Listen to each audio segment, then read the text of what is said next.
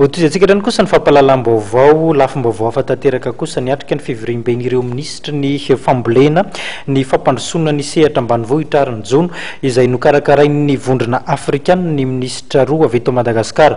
Maromaro moa ireo teboka ny vohitra tao anatin'izay fivoriam-be izay. Tafaverina avy any Addis Abeba renivohitra Etiopia ny ministra Rotonta Andriamatora Vatmangalolan, ministra ny fambolena sy ny fampandrosoana ny tontolo ambanivohitra sy Andriamato Amad, ministra ny Jony sy ny Arena Andranomasina. Nanatrika ny fivoriam-beandreo ministra ny fambolena ny fampandrosoana ny sehatra ambanivohitra ary ny Jony izay nokarakaran'ny vondrona afrikana reto ministra roa reto. Manamafy ny mahazava-dehibe an'ity fivoriam-be ity sy ireo tombony azon'ny Madagasikara Andriamato Vatmangalolan.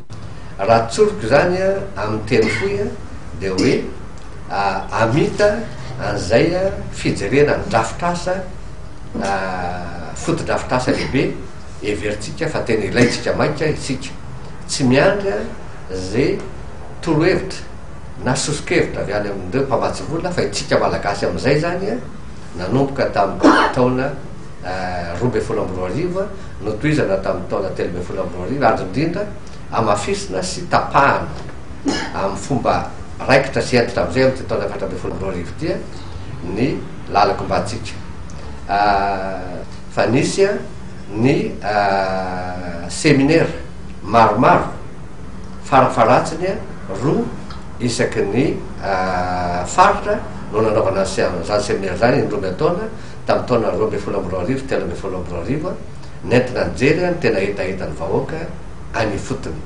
Ny anjaran'ny ministera zany dia mandravona an'izany hetaheta zany mampitovy azy amin'izay fomba fitondrana sehatrasa vaovao sy programa lasa vaovao entina mampandroso ny firenena.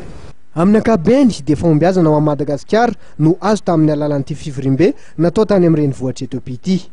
Ny fivoriam-ben'ireo filoham-pirenena afrikana izay ho totosaina ny Malabo, Guinée Équatoriale amin'ny volana jona ho avy zao no ahafahana manapaka ireo fahandaran'asa mety amin'ireo firenena afrikana tsirairay handray anjara.